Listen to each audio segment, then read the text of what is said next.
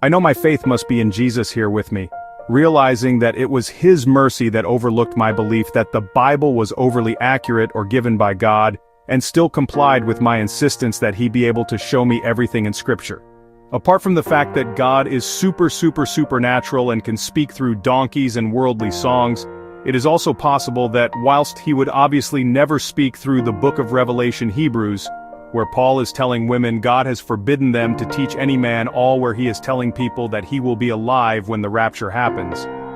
But aside from His supernatural ability to use even the most corrupt medium,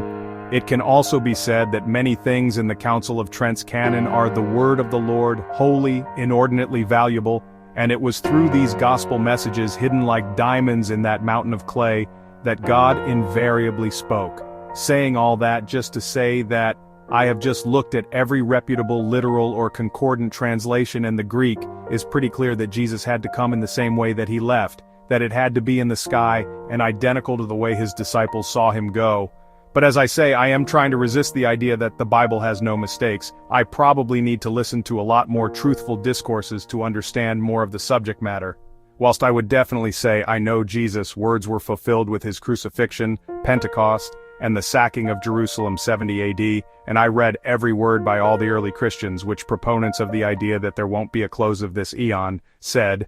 not one, even said it was possible that Jesus returned in 70 AD, I will give you the link, and you will see that contrary to what the writer says, there is not one single nuance in anything. All those early Christians said that could be construed to allude to Jesus having figuratively returned.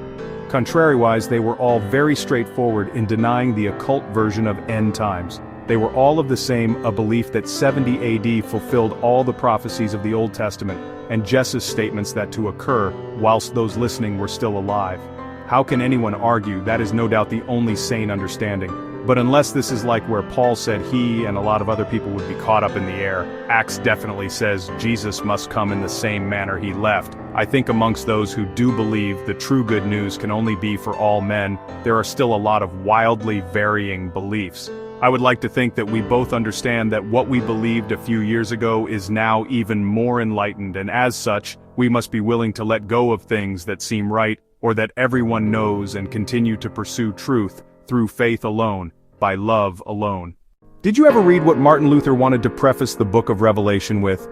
To me it was like every tumbler in a devastatingly complex combination lock finally came into alignment. When they tried to teach me that evil garbage almost 50 years ago, I was so filled with Jesus, He objected to my even hearing such a deliberately concocted attack on Him. If you have any doubt because of years of hearing universalists try to explain away little bits of it, because they have obviously never read all the other passages that can't be explained away, please just ask Jesus in faith, knowing that He will tell you if what I'm saying is true. For goodness sake, these universalists and preterists don't even realize they are rebelling against the very Reformation they say separated them from Catholicism, but if that were true, they would side with Martin Luther against the Pope of Rome and his church council, Trent, in rebuking this filthy attack of Satan. https://so.church/church-fathers-that-believe-the-second-coming-happen-already/